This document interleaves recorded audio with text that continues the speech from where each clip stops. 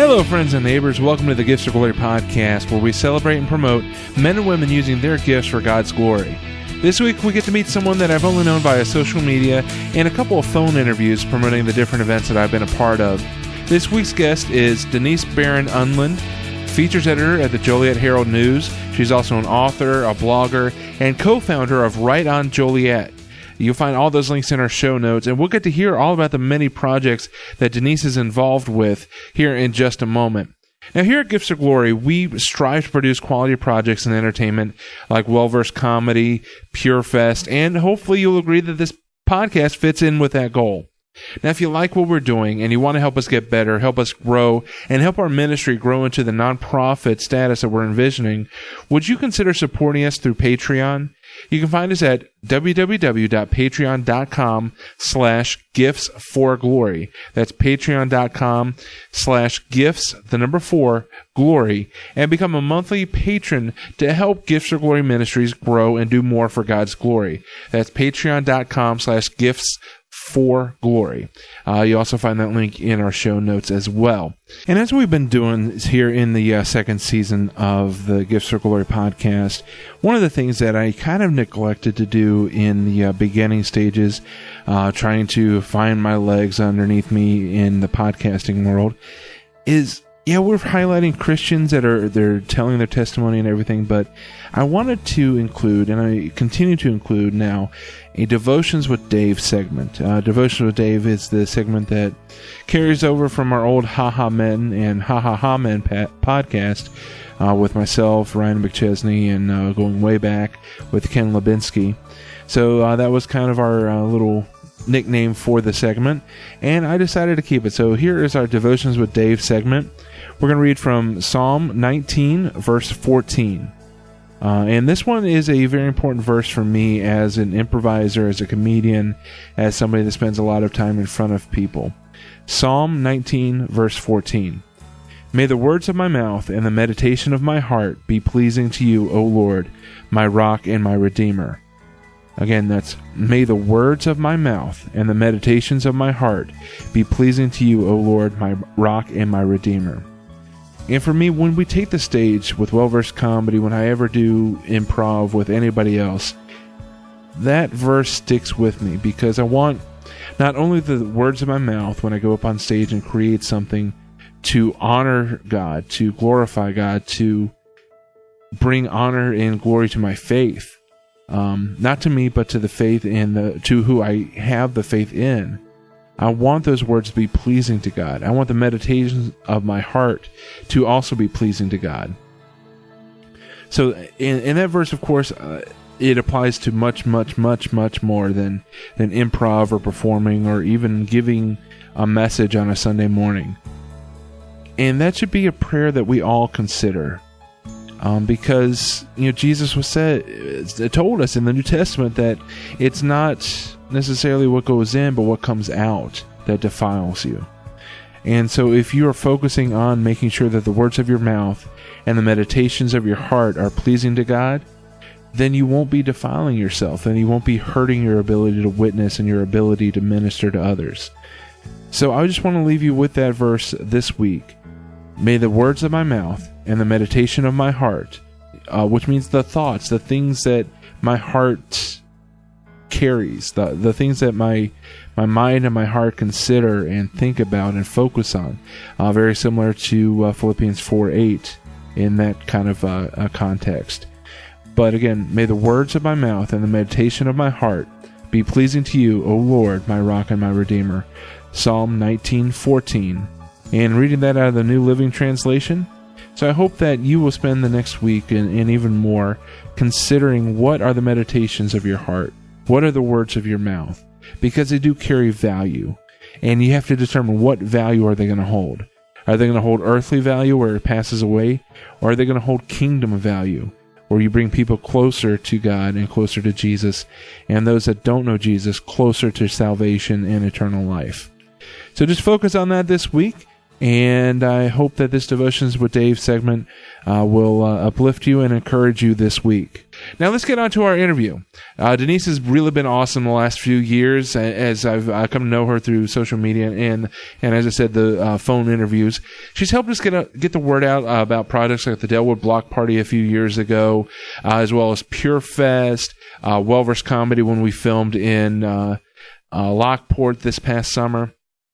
So the different things that we've been doing in the Lockport and surrounding areas that Bobby and I have been involved with, Denise has been one of those that's run our press releases, done the interviews.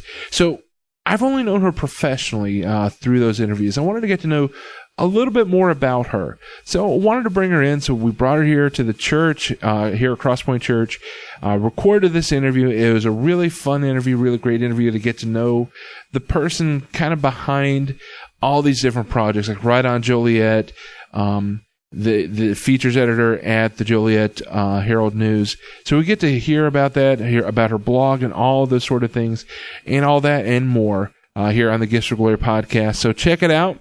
This is the Gifts for Glory podcast, where we celebrate and promote men and women using their gifts for God's glory. Here's our interview with Denise M. Baran-Unland, features editor at the Joliet Herald-News, and we're also talking about the big event coming up this Friday, Crest Hill, Illinois, at the Book Market on Plainfield Road. So be sure to enjoy this interview and hope to see you Friday at the event at Book Market starting at 6 o'clock. So here's our interview. No more intro. Here we go. And we are now joined by Denise Baran-Unland. She is currently the features editor for the Joliet Herald-News. She also writes a blog for the Bryony Series. Am I pronouncing it right? Bryony? Bryony Series. Bryony. Okay. So first mistake, 15 seconds in. I'll try to do better for the rest of the podcast. But you write a blog. You also are you the leader of WriteOn Joliet? I am a co-leader and co-founder. All right. Perfect. And you've got a big event coming up. We want to plug that first off for WriteOn Joliet. Coming up on the 15th. It's a third annual anthology release at the Book Market in Crest Hill. So let's dive right in. Tell us about this third annual anthology release going on this Friday. Well, WriteOn Joliet has been around since 2012, and 3 years ago we self-published our first anthology of works by members.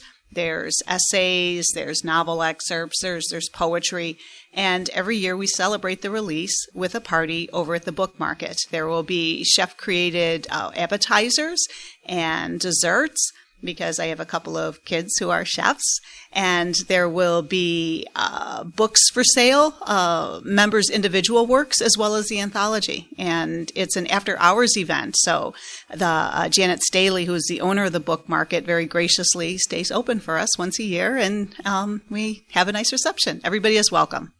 And as we talked before we went on the podcast to record, the Book Market is right there on Plainfield Road, right before you get to Walgreens if you're heading out of Crest Hill. And it's one of the places where, true confession, I pass by, but I continually mean to go in. So next Friday, or actually this Friday as we're releasing this podcast, this Friday evening would be a great time. And what time was it starting? 6 o'clock till about 8:30. 6 to 8:30. Perfect. All right, so that's not the only thing you do. You're a very busy person. You write for the Joliet Herald-News. You've got your own blog. You handle just a lot of things to help promote things within the community. So tell us about what your day-to-day kind of looks like. What my day-to-day looks like? I get up and feed my cats and put on some coffee and come back upstairs and sign onto the computer to check email and schedule social media. But being a Christian, the first thing I type after my password is a Bible verse. And that's usually Holy Spirit led, whatever comes into my mind that morning, and that's what I share. And then I greet people on the Joliet Connect page, which is the official Facebook group for the Herald-News, with a cup of coffee and a good morning. So there's a photo of a coffee. And then I do the same thing on my Bryony Series Facebook page. So I'm drinking coffee, so I always post a coffee picture and a good morning. And that's one of the most impressive things and the things I appreciate about you is every morning there's Denise, and you've got a new verse up, a new scripture. Now, is this actually typed out, or are you copying and pasting to post those? In the beginning, I was typing them out because I was, I don't know, afraid of internet police or something. This was back in 2009. But generally, it's a copy and paste, mostly because I want it to be correct. Right. Especially when you're posting publicly the Word of God, you want to make sure that you're not misspelling, and people are like, who's Jeeves or whatever. I don't know. I couldn't think of a good example right then. So. Right, exactly. But it's really refreshing to see that in the morning feed. You get up and everybody does it. They look at their phone or whatever, and they're trying to see what they might have missed in the 7 hours or 8 hours they were asleep. And there's Denise. She's got a new scripture each day, and it's one of the good things about social media is we're able to use it for good if we want to. Agreed. It's a tool like anything else. You had people when television came out, and this is a terrible thing, but it's really a tool. It's a tool for communication, and it can be. It's the person behind it. Really, it's just social media itself is neutral, I think. And outside of the Lord, just looking at the things you're involved with, outside of the Lord, the next thing that your life revolves around is writing, because you've got the blog, you're in the newspaper. You're also an author. You've released several books, looks like, on your website. Quite a few. You got some novels, as well as looks like some children's books as well. That's true. But, actually, first is God, and then my family. So just a quick plug for them. I have 6 children, and I have 3 stepchildren. And I have... I hate to get that number wrong, but I think all told, if you were to count step-grandchildren and maybe 14. Wow. And the youngest ones, I'm actually pen pals with them. So I have 9 children that I regularly send something to every month. So that's even more important to me than writing. And when you say pen pals, is it actually pen or more like emails back and forth? Oh, no, it's physical, so that they can get something in the mailbox. One of my daughter-in-laws in Mizan says that her boys love mail day. They don't know when something's going to appear, but it's something in the mailbox for them. Wow. And that is such a lost art these days, is the actual pen to paper, getting the stamp and mailing it out. So few people actually do that anymore that it's a very nice surprise, especially as an adult, when you get that instead of another bill in the mail. Well, as you said, I'm very busy. I have a grandson in North Carolina. I have grandchildren in Morris and Mazan, and it's very difficult to see them. And when they're very little, they wouldn't necessarily remember me from visit to visit. So it's like the social media example. It was a way to build a connection. And I could Skype that, but when they get something physical in the mail and there's and they have to open it and someone has to read it to them, and maybe it's stickers they can put somewhere or something to hang on the wall or a picture to color and send back to me, I think it builds more of a connection than just, saying, "Hey, Grandma sent this picture." Wow. That is, and again, it's so cool, because when I was a kid, I would get letters occasionally from my dad's aunt and uncle. They'd send letters, or they'd send birthday cards and such, and it was always such a treat. And it's actually a lot more connecting than, like you said, any electronic means, because an email or even a Skype, there's a screen there, but when it's a piece of paper that you've written, there's almost like not to sound mystical or whatever, but it's like there's an essence, there's a connection, because there's effort and everything put into it. Yeah, but social media does some of that too, where you're saying that every morning, I'm still there. It takes an effort to, if it's maybe perhaps a day I'm not working, I'm still going to sign on, and I'm still going to put the Bible verse because someone may need to see it. I'm still going to greet people on those 2 pages, because it's just a day brightener, and it's the best tool for connecting with that community of people. So I do it. Absolutely. So tell us a little bit about. I know I got it wrong in the beginning. The Bryony. It's Bryony Series. Bryony. So tell us about the Bryony Series. The first book is kind of like the launching pad for everything else. Based on what I saw on your website. So not to sound maybe too dark here, but I do like vampire stories, and we're talking pre-Twilight. I think it's partly comes from the fact that I do have a sense of the supernatural and the sense of God and that kind of thing and afterlife, and it makes me think about those things. And for whatever reason, so I've always liked those type of stories, but I don't want to say it like it has a moral, but I'm not one of those that likes to call evil good or good evil. So those lines are pretty strict. And years ago, I had an idea for a young adult vampire story. I thought it was a one and done. And it was too big of a story for one book, and it ended up just creating more books. And you're correct. There's a red herring who appears in one novel, and it's a mouse. And he's a crocheted mouse, and I forgot to bring him too. So Bertrand's going to be very angry, but he has 6 books of his own right now. And he's had a few little friends. I've done some school visits with that because he's had some children that have liked him. I have a chapter book for 3rd, maybe to 7th grade. Some of the books are a little harder, some of them a little easier. But it's about a supernatural sleuth who travels around in a motorhome solving supernatural mysteries. And then I have the young adult vampire trilogy.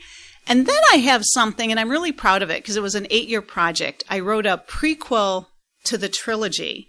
And it's an examination, really. It's a very literature, almost 19th century type literature. And it was, but it's on how 4 people destroy their lives. And it's that slow, kind of almost insidious way of making a wrong choice here and something just a little off to the side here. And pretty soon you wind up where you don't want to be.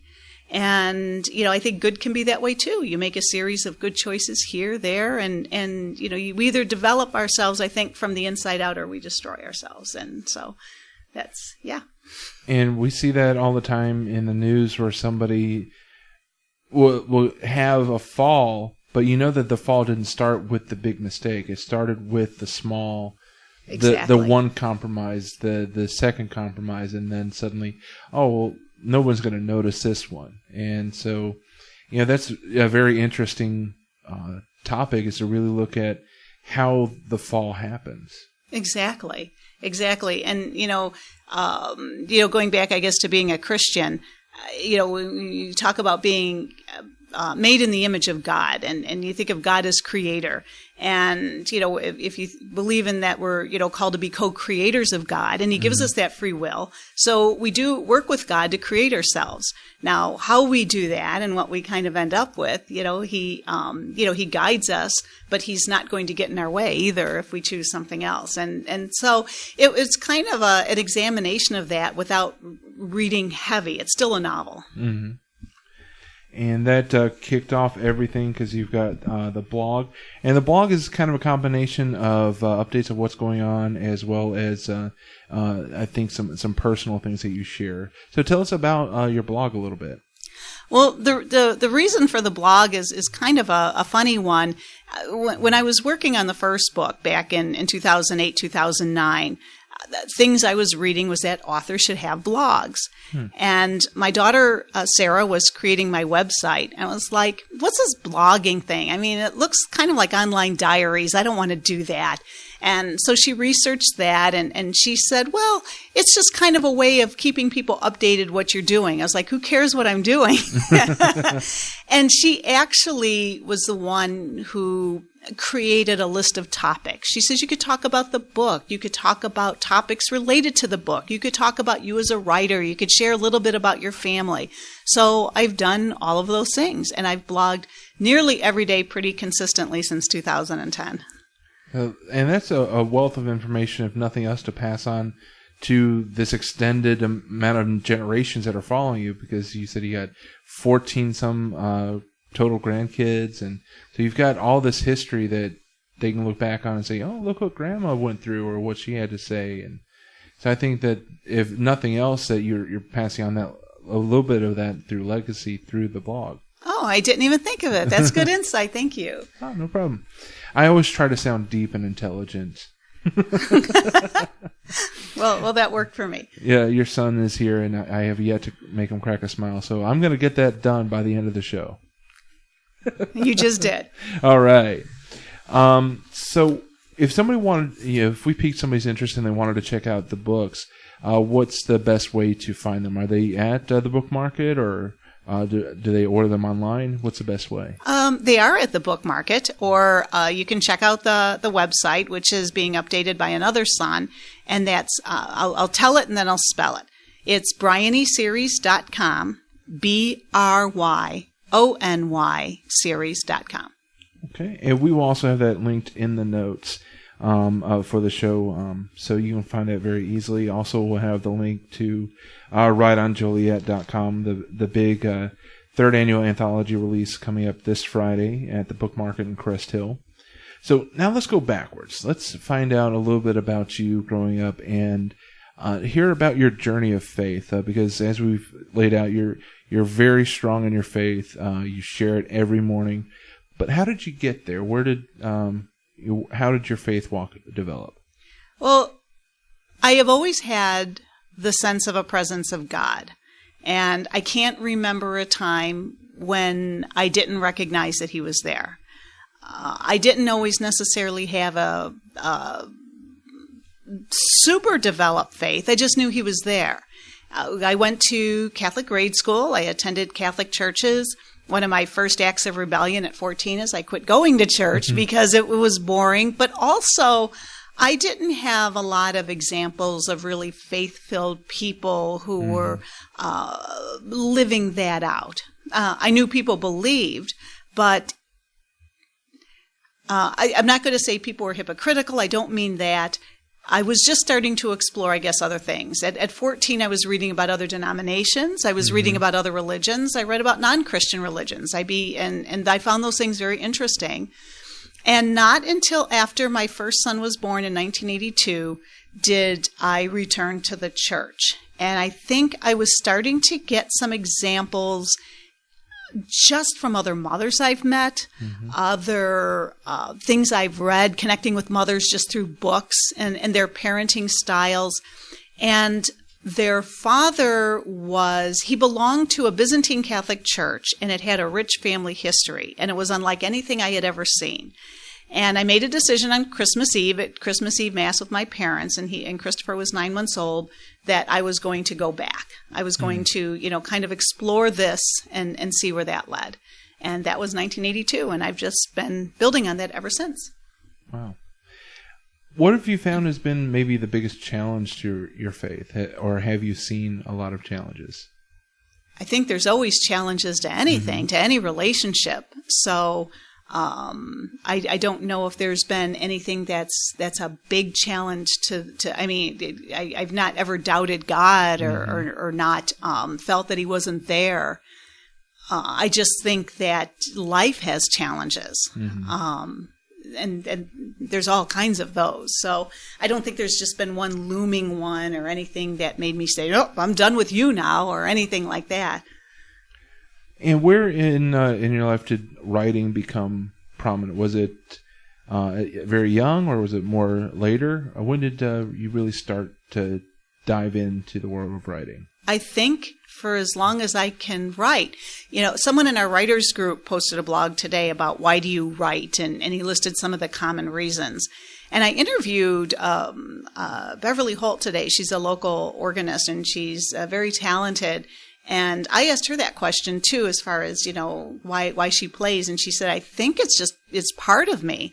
And I've always loved stories. I grew up being, my father reading to me. I remember being excited the first book I could read by myself. Perhaps the fact that I had really bad asthma and couldn't go out and play as often. I read more and enjoyed stories and wanted to write my own. I can't even think of a time really when I have not been writing something. How has faith in God played a part in your writing? Have you done much that's been inspired by that, or does it just work as a filter in what you write about? I think the way that might play into that, I knew you were going to ask me that question, and I had a memory, so I'm just going to divert a little bit. Sure. There was an ex-monk when I belonged to the Byzantine Catholic Church, and let's see, he was probably about 60 when I was 30. Was when we became friends, and he adopted a new doctor of the church. Her name was Edith Stein. And I'm not going to share her backstory, but she had all these different writings, and he shared that. And he seemed to think that I was going to write something wonderful and significant someday. And I was barely writing letters to the editor. I had 4 children and was homeschooling and wasn't, my correspondence was with relatives. And so that memory, but I think that, I'm not sure what he had in mind with being significant, but to answer, I guess, your question, with my faith and with writing, and I think that also ties into journalism, you want to write what's true, even if it's fiction. You want to stay true to the people you're interviewing. You want to stay true to the information. You want to stay true to conveying the the message, what people, want the community to know. You don't want to, certainly knowingly, write something that's false. I mean, I see a typo and I'm like correcting that online because it's just wrong. I mean, you don't want to do that in print. And I feel the same way towards my fiction. I want to tell the story that's true. I want the characters to be true. I don't want to write something that's false. I hope you're enjoying this conversation as much as I did recording it. So much more to share in just a minute.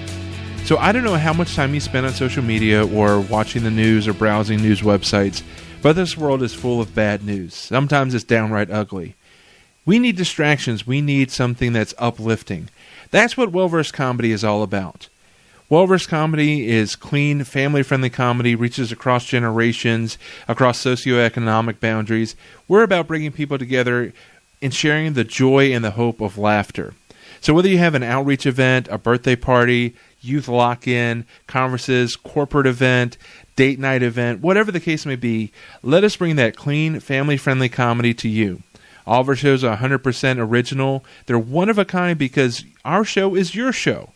The audience drives it through suggestion and participation, so every show is completely unique and guaranteed to bring laughter and memories for everybody involved. So let us come down and craft a show with your audience. Information at wellversedcomedy.com. That's wellversedcomedy.com. Or email us improv@wellversedcomedy.com. More of the Gifts of Glory podcast coming right up as we celebrate and promote men and women using their gifts, talents, and passions to honor and glorify God.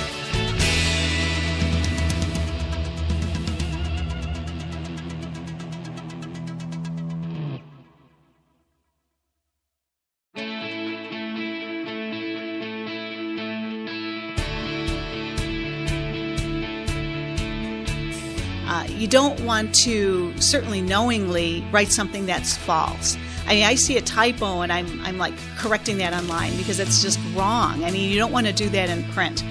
And I feel the same way towards my fiction. I want to tell the story that's true. I want the characters to be true. I don't want to write something that's false.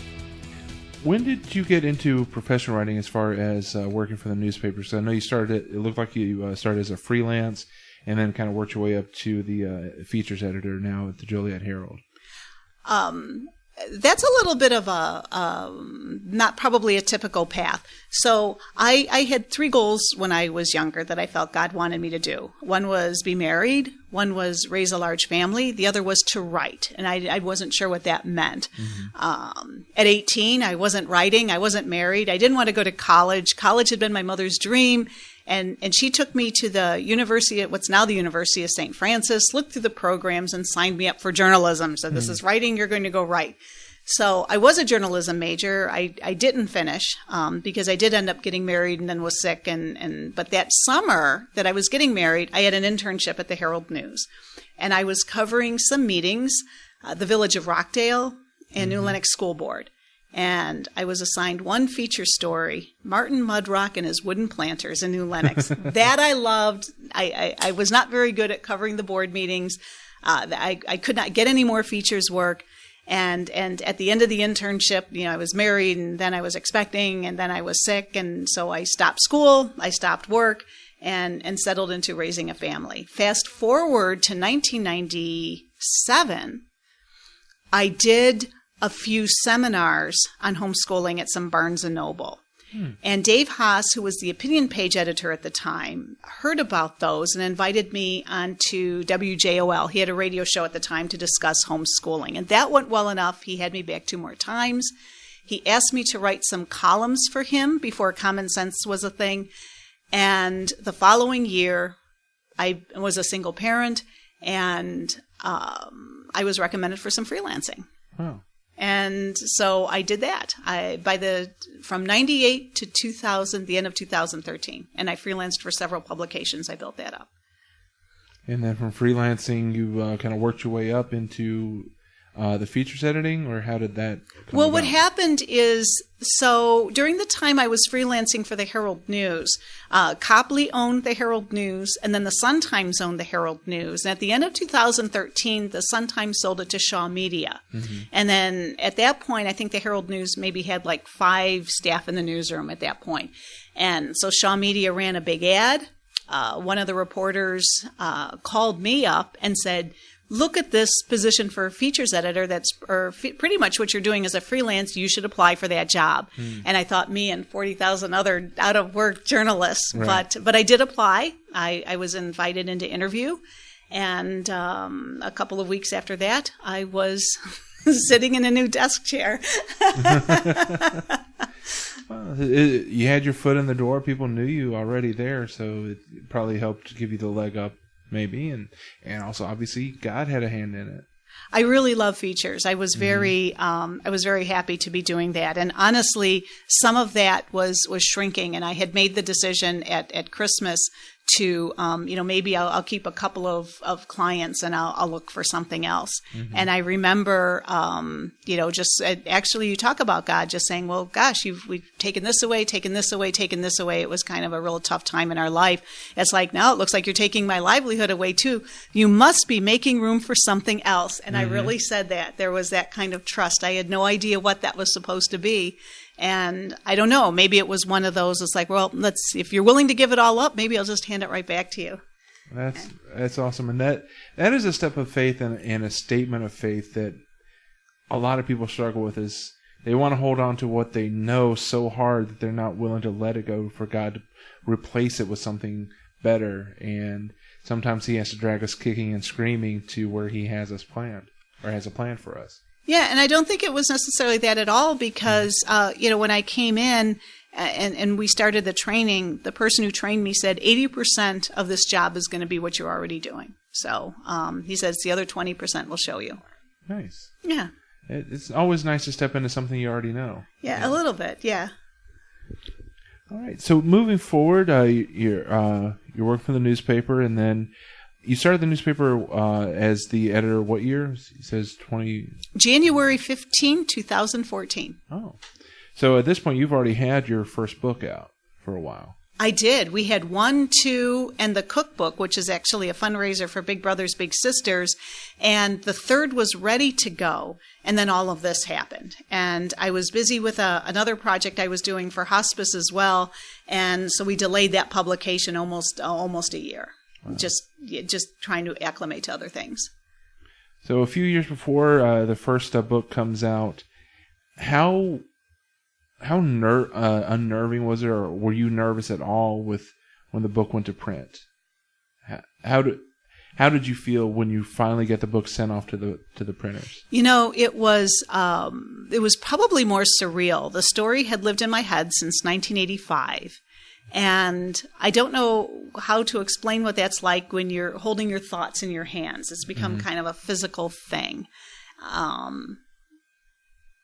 That's about the only way I can describe that. It had lived in my head so long. It was, and then when it lives in your computer, it still seems kind of not real. You print it out. It's just things that you do. You do that with homework. Mm-hmm. But to actually hold the book that someone had illustrated, and we worked together on that, and we had a bit of a team, and we still have a team behind it, and to hold that and to see that physically, as you were saying before, that tangible piece of paper, that was a little surreal. I can only imagine, because not to there's a million people like, oh, I've got some great book ideas, but I've always been, I guess, maybe afraid of failing in writing it, so I've never actually written it. But I fail every day in writing. You're going to fail. There is no such. I can't believe there is any writer who just writes things down and they're brilliant. The first thing I tell anybody who wants to write is you have to get comfortable with the fact that you're not a very good writer. No one's a very good writer. I'm not a very good writer. I have to work to be a good writer. The first draft of anything is not very good. And it just isn't. Mm-hmm. And there's writer's block, and I write on deadline, so there almost isn't any room for it. And I have a quote above at work. And I'm not going to say it exactly, but it's just, you just write. The water won't flow till you turn on the faucet. So if I really can't get going, I'll start with an outbox. I'll start with a quote. I'll start somewhere and build the story out. But you have to get comfortable with the fact you're not very good. Wow. That actually kind of answers, and we'll touch on a little bit more. At the end of every interview, I ask, what's your wise counsel for somebody who wants to get in? So we'll have you elaborate on that a little bit more as we get towards the end. But that's actually excellent advice. I just can only imagine kind of the joy. It's almost like a child being born, being able to hold. I can imagine your first book completed, bound, illustrated, and ready. Is that a good analogy? Like holding a child? Or as I'm looking at said youngest child. No, it's just different. I missed my first story. I remember the first story I wrote as a freelancer, and I'm looking in the paper for it, and I'm flipping through it, and I was like, oh, well, I guess it didn't run today. And I left to go do something, and I came back, and my daughter's all excited about the story. I said, it's not there. She said, you left it open to the page. She said, I thought you wanted us all to see it. I was like, what are you talking about? It took up 3/4 of a page. It was with a big photo that, a staff reporter had taken. I was looking for this little, so I missed it. Wow. And there's probably a scriptural, a biblical lesson is that sometimes you're looking for the wrong thing. You're looking for something small when God had something so much bigger for you. Exactly. So, yeah. Again, I try to sound smart and deep, and I think I pulled it off right then. You did. Very well done. But thank you very much. So, as I mentioned before we went on the air, one of the things I do is the interrogation, 7 quick questions, just to kind of get to know you on the way out. Most of them are softballs, but a couple that might be a little bit more challenging. Not to put you on the spot, but just to kind of get to know you a little bit better as we go as we end the interview. So, are you ready? As my mother used to say, Denise, you have an answer for everything. So let's see if that's true. All right. So, first question. What publication would your dream be to have your work published? The Herald-News. And I mean that absolutely seriously. So you're living the dream. There is, I grew up reading the Herald-News, and I remember writing for when Jan Larson was a regional editor, and she had told me that, a lot of times, writers would use the Herald-News as a stepping stone, to kind of go on to bigger and better things, and there's nothing wrong with that. But I remember thinking, what's wrong with getting good and staying right in your community? And so that was my goal, and I'm still working towards it. But I'm in the community, and so I'm halfway there. That is awesome. What's your favorite place to write? At my home computer. I will actually sometimes have like a write at home day and kind of do assembly line style writing because for whatever reason, that is where I do my best writing, in front of my home computer. Home computer, coffee in hand. Yep, or sometimes water bottle or sometimes nothing, but yeah, right there, and with a cat on the lap. So there you go. What topic or genre scares you when it comes time to write? Hard news. Hard news. I'm not very good at that. I've had to do that sometimes as an on-call editor. There's not that there isn't legal aspects with writing fiction. Of course, you have to be careful of libel and things like that, and inaccuracy. But there's other things that come particular with that I'm just it's just not my best skill, and you would hate to make that kind of a mistake. And by hard news, you're meaning like normal, straight up news, not necessarily like the bad crime news. And things like that. Yeah, exactly. Gotcha. Okay. What piece, fiction or nonfiction, have you hidden or wish you could hide from all human eyes? Is there a piece that you don't want people to read? Only if it's only meant for somebody else, if it's something that's private and it's really not anybody's business, but no. Okay. So I know in high school I probably wrote something that I'm like, I hope nobody ever finds that in my mom's files. No, I think that if you're writing all the time, again, you get used to the fact that, I mean, that's part of the process is to write something terrible.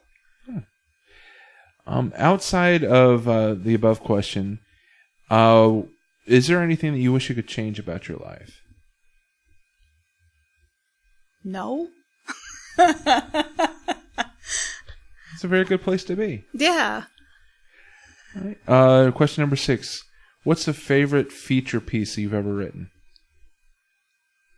Usually the one I'm currently writing. I don't have one in my mind, I think, that stands out more than the rest.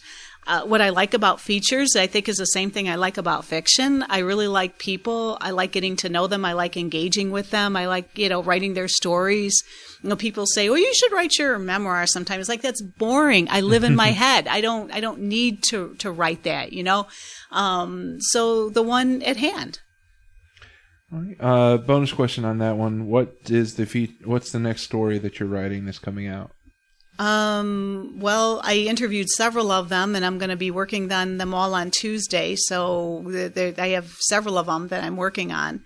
So there isn't just, some of it's going to be just looking at which one's going to be maybe the more complicated or time consuming, and I'll start with the hardest and go to the easiest. So, it isn't just one I'm working on.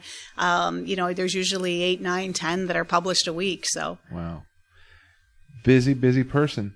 All right, so the final question I have for you on the interrogation, who outside of Jesus or God, living or dead, would you most want to write about? Again, that would have to be the person at hand. I don't have a wish list in that sense. Okay. Very good. So I told you it wasn't that hard. See? You did have an answer for everything. So, yeah, that's what my mother says. So Mama knows best. All right, so as we wrap up, we kind of touched on it a little bit earlier, but if there's somebody listening that wants to be a writer, that wants to get into writing fiction, nonfiction, or even journalism, what would your wise counsel be for them? Join WriteOn Joliet. We are a dues-paying group. It's $50 a year, and all of that money stays into the group. We actually had 3 different speakers. We throw a really awesome Christmas party. Lots of great advice. Both me and my co-leader, Tom Hernandez. We both are professional writers. So I think we bring maybe a different element to the group than some other writers groups. But we also have a lot of talented writers. We can have sometimes up to 20 people at a meeting. So you'll get a variety of feedback. That would be advice number 1. And advice number 2 is just write. And just read about writing, read about structure, read about revision, read about world building, read about, if you want to write nonfiction, read about nonfiction. But you have to do it. Until you have something, it's like building a Lego castle. You've got the directions and it's not going to look like that right away, or maybe you've got the castle in your head, and what do? You put a few Legos together, you don't like the way it looks, you tear some down. Writing's the same way. It doesn't have to be perfect. It's not going to be perfect. How many times do people say, "Oh, I picked up this book by Random House and we found typos," or Simon or whoever, and so it's not going to be perfect. All you can do is just write and look to where you can revise so that your message is as clear as possible. Very nice. Well, Denise, I thank you so much for coming on to talk about writing and to talk about WriteOn Joliet, as well as the 3rd annual anthology release. The anthology release is basically all the people with WriteOn putting their work together into one book. Is that how it's set up? Yeah, you know what? And not everybody necessarily contributes to every anthology.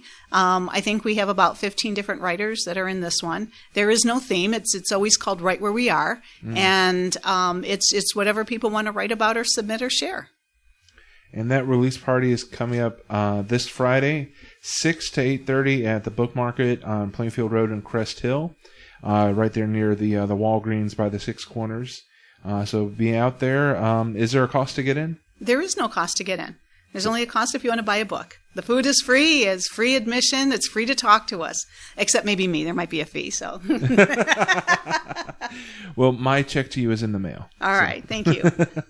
So, Denise M. Baran-Unland, author, features editor at Joliet Herald-News, blogger, now former homeschool teacher. Yes. Any interest in homeschooling the grandkids? No. Well, Denise, thank you so much for coming on, and we'll have the links to the blog as well as the website, and also WriteOn Joliet in the show notes, and also to the Herald-News, because that is primarily where you are going to find me. If I had to let any of it go, I would let the blog go before I would let the Herald-News. So that's important. So please put that link in there. Oh, absolutely. We'll get the Herald-News linked because that's how we connected. We connected about 3 years ago for the Delwood Block Party. We did an interview together where you asked about our comedy team, and because we were performing there at the Block Party a few years ago, and that's when I started stalking you on Facebook and I added you as a friend and got to see Scripture every day, 365, and it's really refreshing when people are sharing like that. Well, thank you. I appreciate that. So Denise M. Baran-Unland, author, and find her this Friday actually at the Book Market. And thank you so much for listening to the Gifts for Glory podcast. We'll see you next week.